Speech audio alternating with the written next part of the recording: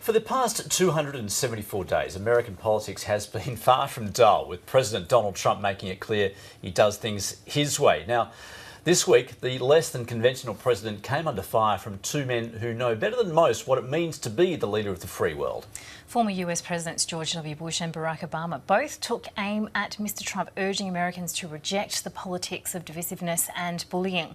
Well, to discuss this and the week that was in the White House, we're joined by former White House staff of both Republican and Democratic presidents, Professor Ed Blakely. Thank you, Ed. Welcome back to the program. Thank you. Great to have you here. Interesting that we did have comments not directly spoken of in terms of President Trump being interpreted largely as being about the way politics has shifted underneath Donald Trump's presidency in the US from George W. Bush and Barack Obama, both sides of the political fence there speaking out. And John McCain. Look, you couldn't miss the target, could you, in their remarks? They were very close on to this president.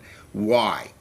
Because the presidency, not the person who's in the job, the presidency, and this is what I learned from Nixon, he left to save the presidency, not because he thought he was exonerated, win or lose. The office is important. As that office deteriorates, the rest of the world has problems navigating, because who's in charge anymore? The Chinese rise up, but we have little things like Barcelona. You know, who can speak for democracy in the bigger way that a president can and should? That's what they're nervous about, the presidency, not about Trump. Well, of course, we continue to see the White House disrupted by events, many would say, of his own making, of Donald Trump's own making. And we had the controversy around the Gold Star soldier, the soldier that had been killed in Niger in Africa, and comments that Donald Trump supposedly made to his widow. Well, there are a lot of people who heard those comments because it was on speakerphone. Yep. So he denied saying that he knew what he signed up for. What a crude, awful thing to say about a dead American soldier in a place where, why was he there? We haven't answered that question. Why was an American soldier in Nigeria? He wasn't on holidays. The four of them weren't there on holidays. So there's something going on there. This is a country rich in natural resources. It's kind of natural the U.S. would have some presence there. But this is Benghazi.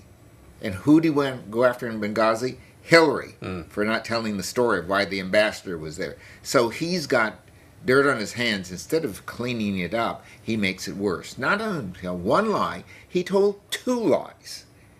One about the presidents, and the other about what he said. Let it go. And his people have asked him to let it go, and he can't. Well, he also commented on past presidents and the way that they've handled these sorts of situations, and whether or not they directly consoled families of those who were killed. Since Abraham Lincoln, the presidents have consoled the dead soldiers, be they Union soldiers or later on First, Second World War soldiers, with a note, with a letter, with something. And a telephone call was appropriate here. Why wait 10 days? Please. And we've seen his chief of staff drawn into the controversy, himself, of course, a decorated soldier. Well, he's trying to hold the adult daycare center together. He is a good man, but he is fighting a very difficult battle of holding that White House together. Well, it's become quite personal for him in this instance, because comments were made about the situation involving his own son who was killed in service. Yes, it's unfortunate.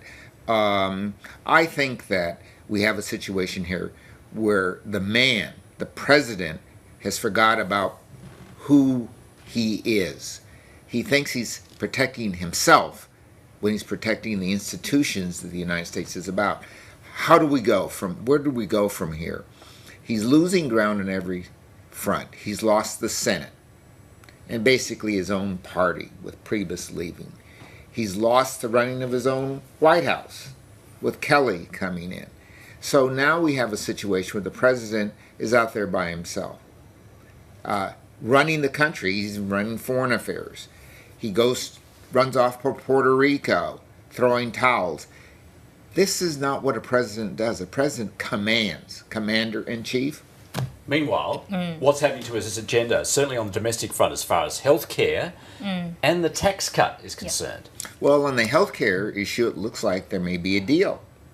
A small deal to keep Obamacare going, but it could loom as to a larger deal. This would give the states some rights to change Obamacare to match their state, because the rules were pretty tough. But you still have to step through all the hoops and extend Obamacare to children and low income. So that's very important to the Congress. They don't want to go into 2018 with that not done. And then maybe they come back and correct it and change the name, but there isn't much else that's going to be done. And who has an appetite for a tax cut? When you've got Puerto Rico, you've got Houston, you've got California. Those three things will cost the United States budget more than any tax cut. The American people want things done, not a tax cut for big businesses that may not do anything and even hire robots that lay off American workers. How do you see the situation regarding the president's handling of Puerto Rico continuing to unfold? Because we've had more comments from Donald Trump in the past week where he's given himself a 10 out of 10 score for his handling of that situation. Of course, that's been disputed from other quarters because this is the country is still devastated. There's still 80% of the country there without power. Yes, a minus 10 out of 10, I would go for that. But again, he's lied about the situation. Rather than saying we're having some trouble getting ourselves together. And then he's blamed the Puerto Ricans, which is even worse. So the representative from Puerto Rico just scorched him in the Congress. He has not been able to turn his attention to Puerto Rico. And that is pretty obvious. So he's in and out on Puerto Rico. The problem he has now is that the more this drags on, the more movement there will be for Puerto Rico to say, we want our independence. And that would not be good for the Puerto Ricans or the United States. So fair to say he's perhaps looking for a distraction at this point on each every week. And there may be one coming as far as JFK is concerned. We were talking about this earlier. The assassinated president back in '63. The last batch of files are due to be released. Yes. No one's anticipating any surprises in that other than how the investigation was carried out. There may well have been some CIA people and so forth in some way involved in the investigation, both before and after. There may well be some documents about how they did things and what they did and didn't do. There's always the Garrison theory. There was more than one gunman. Lee Harvey Oswald was not one of them. So this mystery is a mystery that all the people who speculate about these kinds of things will have a field day with. And as they do, Donald is not in the news. And he needs to get out of the news now because Russia is getting big. And the investigation into the collusion, alleged collusion yes, in the 2016 now, election. The situation for Mueller is a little bit tense. His boss has told him, lay off looking at real estate deals. Get into what really happened. If there are some other crimes that were committed by the president, we're not interested in those. We're interested in what happened with the Russian probe. So I would anticipate Mueller has been given a fast track to indict some people quickly so that he's not on the back foot with respect to the president's tax returns and stuff like that. That's another sideshow. The main game is, what did the Russians do, and will they do it again? Professor Ed Blakely, always good to get your opinion. Thanks very much. Thank you.